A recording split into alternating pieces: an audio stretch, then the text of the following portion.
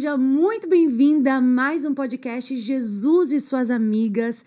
Você sabe que você é a nossa convidada porque você é essa mulher apaixonada por Jesus, amiga dele, que anseia conhecer mais do coração do Senhor. E Ele está aqui nessa mesa com a gente. E eu tenho certeza que a sua vida vai ser edificada, abençoada, fortalecida através daquilo que a gente vai compartilhar aqui. Hoje eu tenho uma convidada muito especial, a pastora Pérsia Vux. Seja muito bem-vinda. Obrigada, Jenny. Se sinta em casa. Já estou. Na mesa com Jesus. É isso. Se ele tá, a gente também tá. E tá Verdade, tudo certo. Isso mesmo.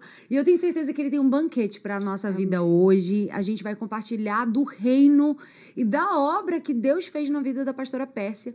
Para quem não sabe, ela é líder junto com seu marido do Ministério B1 da nossa igreja, Ministério de Jovens. E eu imagino que essa caminhada com jovens tem muita experiência para contar. É muito bom. É muito bom, né?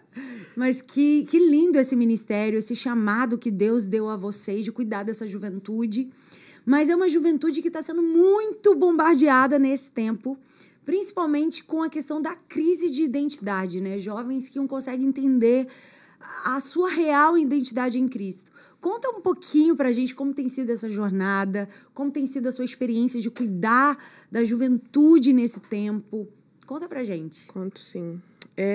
Tem sido fantástica, né? Quando a gente entende que cada jovem ali é um potencial atuante para o reino, a gente consegue, de uma forma muito sutil, abraçar e acolher, principalmente esses e essas que vêm com essas demandas. Sim. Com essas cicatrizes abertas aí, muitas vezes espinhentas, né?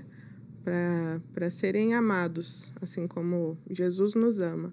Sim. E uma coisa muito especial para falar também, Jennifer, é que o diabo ele tenta, né? De todas as formas ali, atingir a juventude de todas as igrejas. Quando a gente para pensar e analisar, quando ele ataca a juventude, a igreja balança. Quando ele ataca outros ministérios, a igreja resiste. Então, por que a tentativa de Satanás de atingir a juventude? Meu Deus! Porque ali ele ataca a projeção futura, né? Quando ele ataca a juventude, a igreja balança e fala, peraí, será que tem jeito? Verdade. Será para onde a gente vai agora? Né? Então, a gente tem que fortalecer esses jovens, essas jovens com características cristãs, firmadas no Senhor. Isso é algo tão notório, isso que você falou. Eu tenho experiência de pregar em algumas igrejas e eu já fui numa igreja lá no sertão, lá do Nordeste, e como o diabo, ele atua na juventude, porque se o diabo tira o jovem da igreja, parece que falta o brilho, falta a força, falta o ânimo, parece que fica uma igreja assim, é até difícil de explicar, mas você me entende? Sim. Parece que a igreja, ela perdeu sua potência, a sua força, porque o jovem lhe traz isso. O jovem lhe traz esse vigor para a igreja. Então, por isso que eu acredito que o inimigo bombardeia tanto para tirar jovens da igreja. E é triste demais ver igrejas que estão vazias de jovens. Sim, se você tem um ministério infantil forte, atuante, mas você não tem uma ponte para que essas crianças, ao crescer, vão para um ministério sólido, né, uma juventude sólida, essas crianças elas podem se perder no meio do caminho. Sim. Né? Então, por isso, a gente precisa, com uma certa urgência, entender que a liderança de jovens no Brasil ela precisa estar empoderada mesmo, né, em receber e acolher esses jovens, essas potências nas mãos, para poder direcioná-los a um caminho ali de maturidade espiritual. Sim. E preparadas, né, com as ferramentas certas, porque eu imagino que a demanda não seja fácil, principalmente porque a gente vive um tempo onde, antigamente, pelo menos na minha época, você não tinha tanto acesso às coisas do mundo como você tem dentro da sua própria casa. Você não precisa sair para ir para festa. Você não precisa sair para ter acesso às coisas. Hoje as coisas elas chegam pelo seu próprio celular, né? Hoje a maldade já está ali no acesso de um clique, de um dedo. Então, você tem uma possibilidade inúmera do seu filho se afastar, se envolver com as más conversações, se afastar do propósito de Deus para a vida dele. Então, hoje, eu acho que um líder de jovens, os pais de um jovem, ele precisa estar muito preparado para poder conduzir o jovem a esse lugar da presença de Deus. Sim.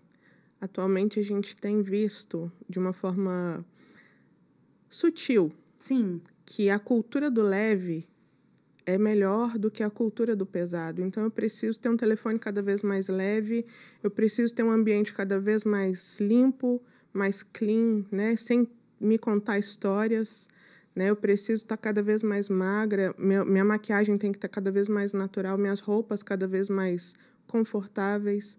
Só que essa cultura do leve, ela é pesada. Sustentar essa cultura do leve... Eu nem conhecia essa é cultura. extremamente pesado. Me conta dessa cultura, que eu não sabia. É a cultura da leveza. É a mesmo? cultura de tudo hoje é leve. Sim. Né? Tudo é multiforme. Você pode ser o que quiser. Então, isso tudo é muito leve. Então, eu não preciso focar em algo... falsa leveza, e criar, né? ali uma robustez de uma identidade firmada em algo. Eu posso ser o que eu quiser. Eu sou leve, eu sou fluida como o vento. Meu né? Deus! E essa cultura, ela chega permeando os nossos corações, ela adentra os nossos corações.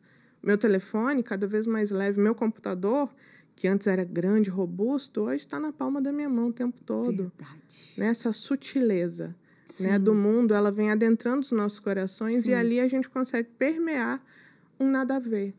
Uhum. Nada a ver. Um relativismo. É. Tudo é relativizado. Sim. Então, a gente precisa entender de onde é que você veio, para onde é que você quer ir. Sim. Né? Você tem que ter um norte, você tem que ter uma direção. E quando esses jovens, essas jovens, elas sentam para conversar com a gente precisa orientá-los. Você não está num barco à deriva, você tem uma direção a seguir. Você não pode ser o que quiser. A Bíblia, ela é imutável, a palavra de Deus é imutável. Por mais que o mundo traga para você uma gama de possibilidades para você ser o que quiser, o que o Senhor diz sobre você? Ele criou você com qual finalidade? Para qual propósito você foi gerada? Eu me faço essa pergunta todo dia. E eu faço essa afirmação. Eu acordo e falo com Deus, falo, Espírito Santo, vem guiar meu dia hoje. Não, que a minha vontade, ela se vá, se não for para agradar o Senhor. Que eu seja aquela hoje que o Senhor me gerou para ser. Meu Deus, sim. E todos os dias eu peço para que o Senhor seja o dono da minha vida. E todos os dias eu experimento das maravilhas do Senhor. Porque eu entrego para Ele o meu dia. Eu não deixo a vida me levar. Como dizia um poeta. Como diz um poeta. Que é o grande perigo, né? Deixar a vida nos levar. A gente não ter realmente o entendimento do chamado, da força que é a gente viver à altura da nossa identidade. Sim. Né? Viver à altura do que a palavra diz que eu posso, do que a palavra diz que eu sou. Então, é a gente crer nessa identidade. Então, eu vejo que é uma geração, realmente, eu nunca tinha ouvido falar nesse termo, cultura leve. Mas é uma cultura fluida, né? Sim, que ela não... E isso é muito perigoso. Bauman já trazia pra gente a cultura da liquidez, né? A água é líquida e ela se encaixa em qualquer ambiente. E hoje... E é como se fosse a política da boa vizinhança. Eu tenho que me dar bem com todos os povos, de todas as tribos. Eu tenho que me dar bem com as pessoas da faculdade, eu tenho que me dar bem com o pessoal da igreja, eu tenho que me dar bem com todo mundo. E isso é um grande perigo. Porque quando eu faço parte de todas as rodas, na verdade, eu não estou decidindo qual roda, de fato, eu faço parte. Exatamente. Porque a Bíblia é muito clara quando ela diz que as más conversações, elas corrompem. Corrompem porque nós temos as características das 5 pessoas que mais nos influenciam. Sim. Nós somos construídas constantemente, diariamente, por características. E quando a gente fala de influencers, essas pessoas também têm que ter uma bandeirinha vermelha ali de perigo se elas não estão te levando para onde você deve ir. Essas 5 pessoas, e aqui eu queria que vocês pensassem nessas pessoas que vocês estão sendo influenciadas. Quem são as suas referências? É isso aí. Quando eu faço um gabinete, né, quando alguma pessoa senta para conversar comigo, eu pergunto, de onde você veio? Quem você é? Você sabe me responder? Porque falar do outro é sempre fácil, mas quando a gente vai se analisar, aí a gente consegue ver até um olho arregalado, assim, quem sou eu? Como é que eu respondo isso? Então, a pessoa não sabe quem ela é. Sim. Ela não consegue afirmar quem ela é. né? Quem são as pessoas que você mais admira hoje? Pessoas reais. Não quero saber de pessoas de fora. Eu quero pessoas reais. Quem são as pessoas hoje que você admira? Poucas pessoas falam dos pais. É mesmo? Pouquíssimas pessoas. É sempre um bom teólogo, é sempre uma boa pastora, um bom orador, né? Nossa, e aí isso é muito forte. Porque os pais, eles estão perdendo essa referência do lar. O pai e a mãe. E isso dói nos nossos corações. E se não dói, deve doer. Uhum. Quando a gente escuta isso. Né? E a gente pergunta mais, né? Quem são quais são os 5 livros que você mais gostou, mais impactou a sua vida? E ali você começa a entender quem aquela pessoa é.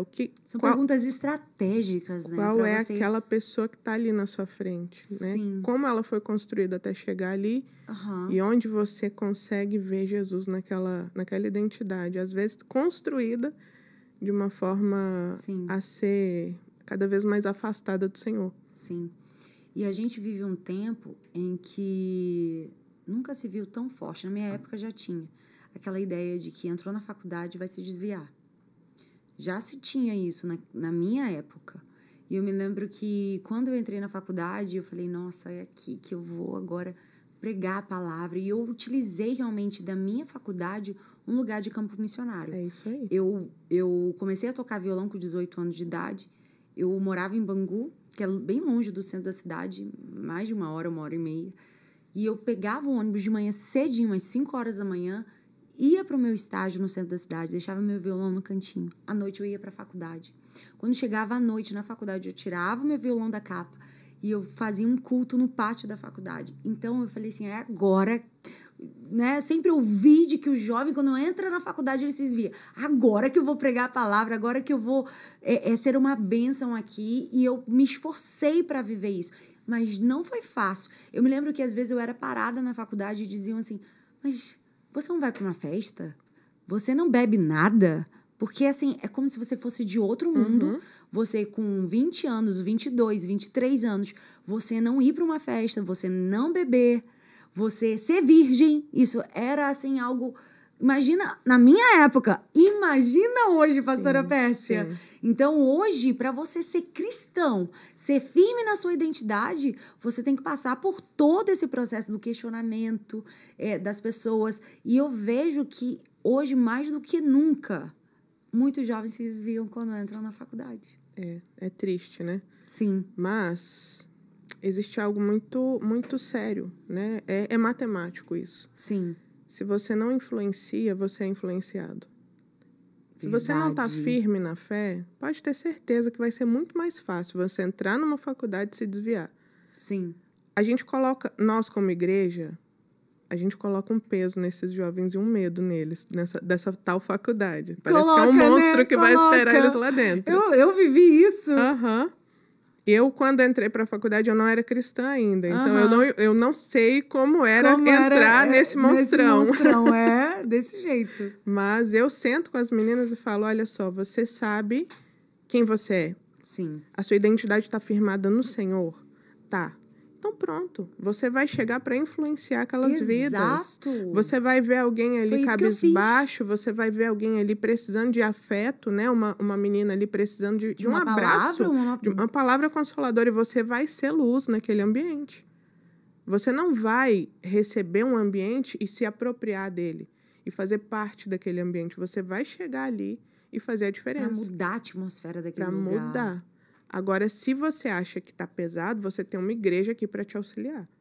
Sim. Você não vai perder o norte. A igreja continua aqui. Sim. Se você entender que você está perdendo um pouco da sua identidade, continue. E a gente vai se fortalecer cada vez mais nos gabinetes, nos momentos de devocional. E você vai entrar para um momento ali onde você vai começar a firmar mesmo a sua identidade no Senhor. Sim. E eu vejo que hoje a gente vive uma geração que os filhos mandam nos pais. Na minha época, se eu, adolescente, dissesse pro meu pai que eu sou nascida e criada no lar evangélico, que eu não queria ir para a igreja com 13, 14 anos, não existia isso. Você não tem maioridade. Sim. Você vai para a igreja. Tipo, todo mundo vai, você vai. Você é dessa casa, você está debaixo da minha liderança, você vai. Não tem opção. Hoje não. Hoje o jovem diz, eu não quero ir, tipo, não tô afim, não gosto da igreja. E simplesmente existe essa falta de posicionamento, né? Apatia. Sim. Espiritual. Espiritual dos pais. Eu acho que precisa ter mais esse posicionamento. Eu imagino que você deva ouvir muitas histórias. Porque quando você lida com cada jovem, você lida com a família dele também. Você lida com o relacionamento dele com o pai, com a mãe. E é incrível como a paternidade e a maternidade, ela influencia a nossa vida.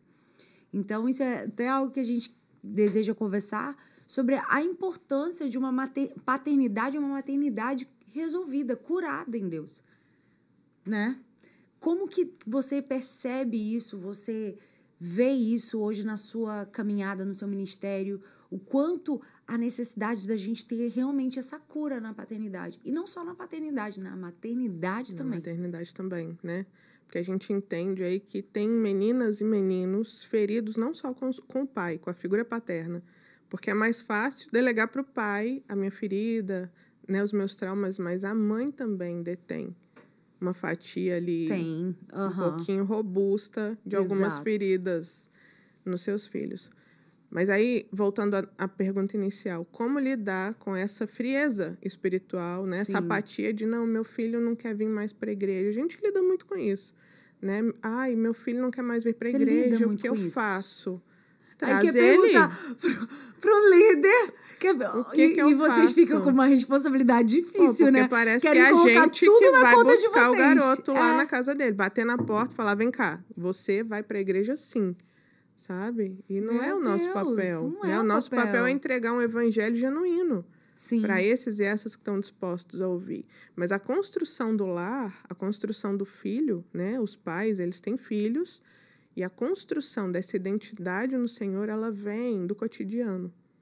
E aí que tá. Como esse pai e essa mãe estão lidando com Jesus dentro de casa? Será que é um Jesus acessível que o filho ama e quer fazer parte desse Jesus? Ou é um Jesus excludente? Aquele que eu sou santo fora de casa, mas dentro de casa eu sou terrível. O filho vai olhar e falar, realmente, eu não quero participar disso. Então, como fazer? Como balancear, como mostrar Jesus para essa criança, para esse adolescente, para esse jovem de uma forma tão natural? É pedir perdão para os filhos, coisa que os pais não sabem fazer. Filho, eu me alterei, eu me exaltei com você aquele dia, eu preciso me redimir, eu preciso pedir perdão, porque Jesus me perdoa todos os dias. Porque sem o perdão divino eu não sou ninguém. E se Jesus não me perdoasse, nem aqui eu estaria hoje. Então, eu preciso, com base no que Deus faz em mim, fazer em você também. E mostrar para você que o DNA que eu carrego também é seu, de amar a Deus sobre todas as coisas. Então, quando eu começo a imprimir a identidade de Cristo nos meus filhos e construir com eles a identidade deles no Senhor, não tem como. Você vai criar filhos mais apaixonados por Deus do que você. E a minha intenção é essa, que os meus filhos sejam mais apaixonados por Deus do que eu e meu marido. Que meta. Essa é a meta. Que meta linda. É fazer os filhos mais apaixonados por Jesus e tornar um evangelho acessível, né? Um evangelho simples. Simples. E lá em casa, por exemplo, um comete uma falha, eu trago o evangelho. Falo, filho, tem um filtro lá em casa que é muito fácil. Eu quero ensinar para você que está me ouvindo, que ainda não pratica isso. Jesus faria o que no seu lugar? Bati no meu irmão. Jesus faria o que no seu lugar? Tudo. Jesus faria o quê? Não faria isso, mamãe, e pediria perdão. Falei, então faça como Jesus. Simples. É simples. A gente não pode complicar o simples. Jesus, ele vem e ele simplifica as coisas, né? Os 10 mandamentos, Jennifer, qual é o mais? Amar a Deus sobre todas as coisas e amar o próximo como a você mesmo. Gente, a gente falou isso num podcast aqui, exatamente. Se você fizer isso, você cumpre toda a lei. É isso. A gente não pode dificultar. Né? Eu não posso virar para o meu filho de 8 anos e falar, olha, o versículo tal fala sobre isso, isso e isso, porque lá no Antigo Testamento trazia... Olha só, Jesus faria isso. No seu lugar, o que Jesus faria? E aí ele pensa e fala, realmente, Jesus não está feliz comigo e eu preciso deixar Jesus feliz comigo. vou lá pedir perdão para o meu irmão. É simples, a gente precisa simplificar. Sim. Incrível, né? Tornar acessível. E eu acho que também é o filho ver o pai buscando, né? Porque uma coisa é levar para a igreja. E esperar que a igreja faça o seu papel. Porque é isso que acaba acontecendo, né? Que a igreja tem que resolver a vida do meu filho. Poxa. Isso aí daria Puxado. outro podcast. Outro podcast. Mas é real, né? É real, né? Poxa, eu quero trazer meu filho para cá porque em casa ele não me respeita, porque em casa ele quebra tudo, ele me agride. Ok, a igreja tem um papel dela, né? Mas você também tem que entender que você perdeu o seu papel. Meu Deus, então a gente precisa tratar você como pai, você como mãe, vocês como casal e o filho de vocês também, que está refletindo aquilo que ele absorve no lar. Meu Deus, muito forte. E aí é muito fácil colocar na conta da igreja, Claro. É muito fácil colocar na conta dos pastores, quando na verdade a gente precisa entender que a gente é pastor dentro do nosso lar, né? Sim. Que a gente tem que cuidar do nosso rebanho, que são os nossos filhos. Nosso principal ministério. Nosso principal ministério. E realmente, uma das coisas assim, que eu acho assim, principais, que é algo que eu até tenho vivido dentro da minha família, de uma certa forma, é isso, essa questão da liberdade que se dá muito ao jovem, ao adolescente. Ele diz o que ele quer fazer e o pai aceita, o pai abaixa a cabeça, o pai diz ok. Sendo que não, eu acho que os pais, mais do que nunca, eles precisam se posicionar de acordo com a palavra e serem esse exemplo. Porque não adianta levar para a igreja e dizer que, aqui, ó, vocês são os líderes do jovem, resolva a vida dos meus filhos, mas o pai não tem vida de oração, o seu filho nunca vê você orando, Sim. O seu filho nunca vê você lendo a Bíblia, o pai fala palavrão, a mãe vive do jeito que quer, mas quer que o filho seja diferente, não tem como. E ainda chega pra gente e fala, olha só, tô entregando meu filho porque ele faz isso. Como que esse filho ele vai acreditar pra gente, como liderança dele, que a gente vai acolher ele em amor? Se o pai e a mãe já chega esculachando o filho ali. Meu Deus! Sabe? Imagina, eu chego pra você, Jennifer, olha só, meu filho fez isso, agora tá com você. Não tá com você, tá comigo. Eu sou a mãe dele. Sim. E eu preciso resolver algumas questões e pedir para que a igreja me auxilie nesse processo. A responsabilidade continua sendo minha. A igreja, ela vem para me auxiliar nesse processo. Sim. A liderança, ela vem como uma facilitadora, como uma ponte, um elo, onde o meu filho vai ter um espaço saudável para ele se relacionar, onde ele vai ter um espaço onde ele vai receber um evangelho genuíno. Sim. Né? E eu, como família, eu, como pilar da minha casa, vou ensinar para o meu filho princípios cristãos. Sim. De como ser parecido com Jesus todos os dias, em todas as situações, a Sim. perdoar, a amar principalmente os que me odeiam, né? E entender que eu estou disposta a servir a todos. Sim. Isso é em casa. Na igreja, que é uma extensão do meu lar, ele vai aprender aquilo que eu não consigo entregar para ele. Uau. Se todos fizessem isso, né, pastora? Quem dera. Mas a gente chega lá, eu creio. Chega. Eu acho que por muito tempo a gente viveu um evangelho que você tem que ser bênção lá fora, de que você tem que ter um ministério, você tem que ter isso. Sendo que eu acho que a pandemia nos ensinou tanto. Se tem algo que a pandemia nos ensinou foi a gente olhar para dentro. Né? Todo mundo não podia mais sair, podia comemorar aniversário, não podia ir para restaurante, podia viajar. Todo mundo dentro de casa. Aí você viu a torneira que estava 300 anos sem funcionar, que não arrumava direito, aí você arruma. Começou a aí você pingar começa sem parar. a olhar, aí você começa a olhar para dentro, pro marido que você tem, pro filho como tá. E eu acho que foi um convite do céu, assim, que chacoalhou o mundo, de a gente voltar para dentro e entender que o nosso maior ministério é a nossa casa, é a nossa família. E a gente viver esse ministério. E, falando nisso, eu sei que você também tem um testemunho de vida lindo. Gente, vocês não vão acreditar. A pastora Pérsia era líder do movimento feminista.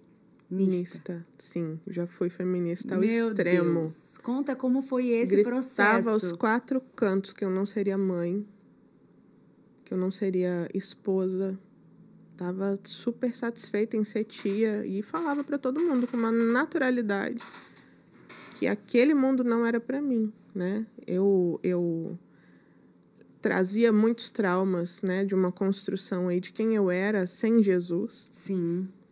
E eu precisava preencher aquele vazio do meu coração com coisas, com causas. causas e com bandeiras. Falamos juntas. Todas causas. as bandeiras estavam na minha mão. É mesmo. É uma causa? Vamos levantar. É uma luta? Vamos levantar. E ali eu estava construindo algo que eu não fui gerada para ser.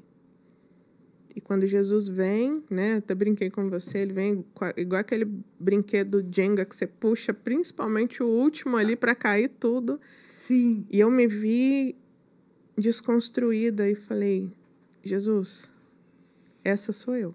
Cheia de cicatriz, cheia de trauma, doída, sim, apodrecida. O que eu tenho para o Senhor é o meu coração. Não tem mais nada para te oferecer. E aí eu ouvi a doce voz dele, falando, filha, agora eu vou construir a sua identidade. Agora que você me permitiu, e a gente precisa fazer esse exercício de permitir que o Senhor faça em nós. Sim. Porque muitas vezes a gente faz sem que Ele permita, né? Ah, eu quero isso, então eu vou fazer.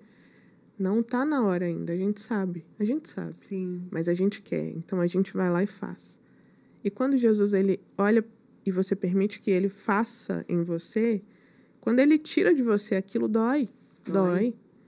Te tirar daquela capa que te protegia por tanto tempo, que você estava se escondendo ali atrás, né? Atrás das causas. Eu brinco que eu falo que eu usava uma capa de espinhos, assim, onde todo mundo tocava em mim se feria, porque eu estava tão ferida que eu precisava ferir também.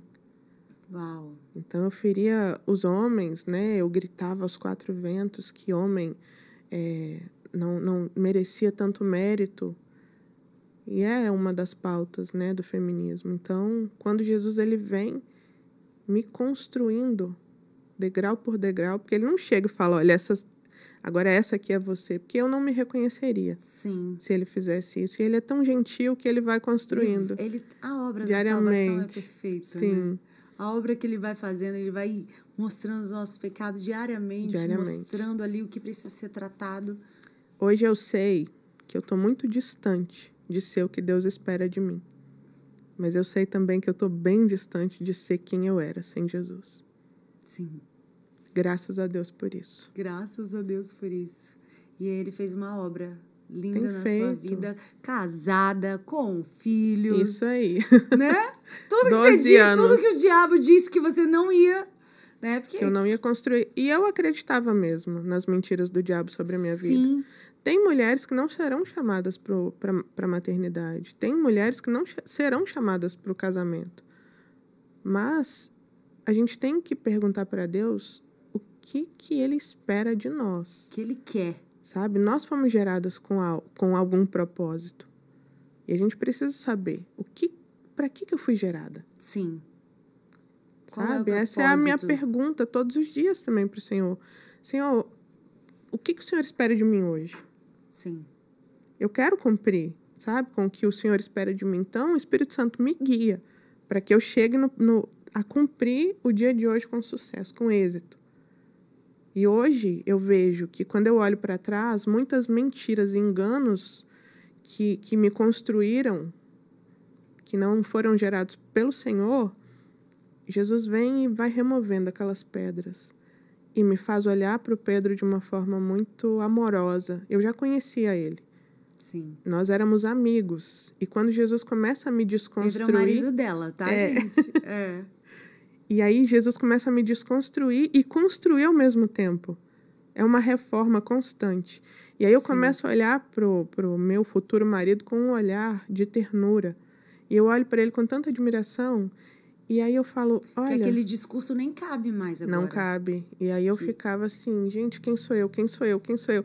E aí o Senhor me trazia uma paz. E eu falava, eu vou deixar com que Ele me guie, porque eu tentei me guiar até aqui e deu bem errado. Então agora, para dar certo... Eu vou deixar Deus escrever, né? É melhor. O que Ele tem para minha vida. É melhor, porque se eu tentar escrever por cima, ninguém vai entender nada. Sim. verdade. Às vezes o que a gente precisa é deixar Deus escrever a nossa história. É isso. E hoje eu vou para 12 anos de casada. Uau! Tenho um filho de 10, um de 8, uma família. E vocês sempre foram assim, viveram do ministério, estiveram totalmente empenhados na obra desde o início? Desde o início. Totalmente. Desde o início. Vocês sentiram esse chamado de serem totalmente vocacionados e voltados para a obra de Deus? Sim, meus filhos aprenderam a andar, literalmente, andar, no corredor da igreja. Sério? Sério. Meu filho... São chamados mesmo. O meu filho aprendeu a dizer não na igreja, porque ele não queria ir no colo de uma irmã. Nossa! Eu falei, não. Falei, não. Meu Deus, aprendeu a falar não. Não. Tá bom, vou tirar você daqui. Entendi, meu filho. Tadinho. Nossa, foi criado mesmo na igreja e vocês têm dedicado a vida de vocês ao chamado, ao ministério. E é tão lindo ver, né, a jornada, a trajetória que Deus tem feito na sua vida, na vida do seu marido, da sua casa. Vocês eram lá de Belo Horizonte, são, sim, né, de lá, e vieram aqui para nossa igreja. Como foi essa transição também? Conta pra gente. Foi, assim, se eu paro para explicar, parece maluquice.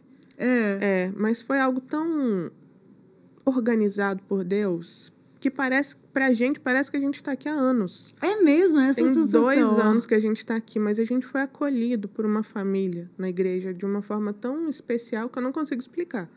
Se eu tento explicar, parece que eu tô maluca, né? Porque nós estávamos no ministério lá e viemos por uma direção do Senhor. E eu falava com Deus, Deus, se for para ir, se não for para ir, se a gente errar, como é que faz? Aquele medo no coração. Essa transição sempre é algo que dá um medo mesmo, sim, né? E aí eu olhei para o meu marido, a gente falou, olha, a gente precisa orar para saber o que Deus tem pra gente. E sair da sua terra, né? Não é fácil. Não foi. Não, assim, isso é o que mais pega pra gente, a saudade da família. Da família. Então, toda vez que a gente consegue, a gente dá um pulinho lá, reabastece o coração, o potinho do amor e volta. E volta para enfrentar, né, tudo aquilo que o Senhor precisa que a gente enfrente aqui. Mas tem sido um desafio muito prazeroso.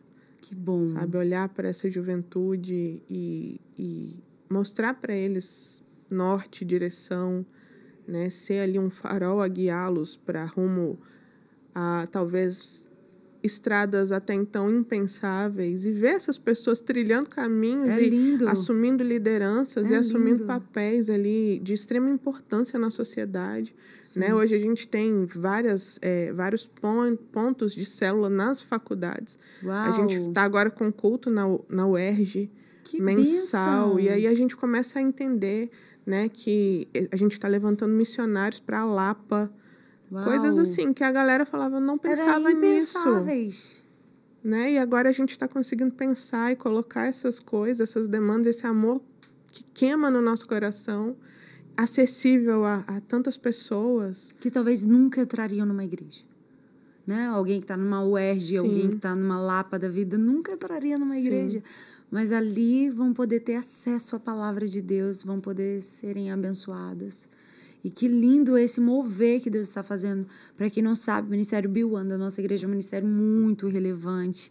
Deus tem levantado muitos jovens através desse ministério. E glória a Deus que Amém. Ele colocou vocês nessa missão. Não é por nada não, mas a nossa igreja é muito amorosa, né? Muito, muito. Muito amorosa. Eu sou suspeita em falar, mas a IBA, para mim, eu nunca vi uma igreja com tanto amor. Sim. Com pessoas que carregam tanto amor, sabe? Você é tratado desde o primeiro instante, que você é bem tratado desde o primeiro instante, que você chega na igreja, até o final você vê o cuidado. Uma igreja desse tamanho e o pastor ainda vai para a porta para cumprimentar um homem. Sim. E é algo assim, toda vez que a gente traz visitante, né? Porque algumas pessoas da nossa cidade vêm para conhecer a igreja, para passar um tempo com a gente, eles ficam impactados com esse amor. Sim. Né? E são pessoas assim que eles não conhecem. Né? E fala, cara, nossa, que sentimento bom. Sim. Né? Que gostoso é estar aqui. E aí eles saem e retornam para a cidade com o coração em paz. A gente sabe que vocês estão sendo cuidados aqui. Eu falo, tá vendo? É real, eu não tô mentindo. Coisa linda. Deus cuida, né? Deus cuida dos seus. É. E essa decisão de vocês viverem da obra, Foi a melhor decisão da vida de vocês? O que você sente de poder ver assim, o fruto, olhar para um jovem, ver ele fluindo, ver um jovem que às vezes chegou numa liderança quebrado, né, sem entender sua identidade? Como é viver essa experiência? Ai, é tanta experiência boa. Eu imagino. É impagável. Impagável, sabe? né? Não tem um preço que você fala, olha, esse preço aqui valeria tudo isso. Não tem um preço. Né? O nosso papel, ao ser amado por Deus, é amar todas as pessoas com a mesma intensidade. A gente não vai conseguir, mas a gente precisa tentar. Precisa se esforçar diariamente para amar. Sabe? Sim. Então, esse é o nosso papel. E nós, como líderes, a gente precisa entender que nós também somos impulsionadores de líderes. Então, as pessoas chegam para a gente, elas não podem ser retidas na gente. Eita! Verdade. Né? Porque tem então, líder que faz isso. Abre não deixa outras pessoas. Fica isso. Meu clubinho social de líderes bons. E não pode ser assim. Não pode. Né? Você está sendo egoísta com o ministério do Senhor, às vezes.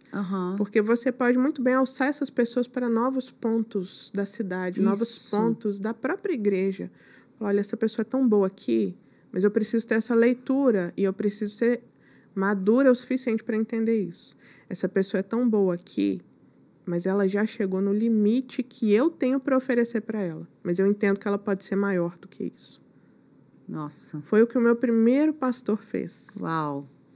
Nós éramos de uma batista bem pequena, 80 membros. Nossa, pequena. E ele virou para a gente e falou, filhos, eu preciso enviá-los. Deus me mostrou que a asa de vocês é maior do que a gaiola que eu posso suportar. Ah, não. Um pastor falou isso? Um pastor falou isso. Inacreditável. E aí nós mudamos Jesus. Por obediência a ele. Coisa linda. E aí nós saímos daquela igreja de bairro. Muita humildade da parte dele falar isso para vocês. E ele disse, eu preciso enviá-los para alçar voos maiores. Porque o Espírito Santo me incomodou a dizer isso para vocês. Então, a intimidade dele com o Senhor era tanta que ele abriu mão... De vocês. De líderes, né? Ali, talvez... Que ele poderia dizer, não, vocês têm que ficar aqui comigo, Sim. eu que cuidei de vocês. Não, ele... Olha que forte ele isso. lançou vocês. E é imaginável pensar que naquele dia, naquela fala, a gente se projetasse para cá. Para fazer o que a gente tem feito, né? Que o Senhor tem nos instruído a fazer. Glória a Deus. Glória a Deus pela sua vida. E vale a pena viver o chamado. Com certeza. Se tem algo que vale a pena, é viver o chamado do Senhor. Viver todos os dias esse chamado, cumprir, obedecer. E eu quero agradecer você que está aqui caminhando conosco, que através desse podcast você possa se posicionar no seu lar, você que é uma mãe, você que é um pai, que talvez esteja aqui assistindo, que você é um jovem, que você venha se posicionar na sua faculdade, onde você for, levar a palavra de Deus. E a gente precisa cada vez mais estar firme nessa identidade, em quem nós somos. E eu quero agradecer a pastora Pérsia por estar aqui. Obrigada pelo seu sim e por compartilhar da sua trajetória com Jesus, do que tem sido esse ministério de cuidar de jovens. Muito obrigada de verdade. Que Deus abençoe muito a sua vida, a sua casa, seu ministério, que Ele possa largar as fronteiras, as tendas e realizar na vida de vocês os propósitos dele. Amém, Jennifer. Amém? Obrigada. Um beijo e Deus te abençoe. Tchau, tchau. Tchau.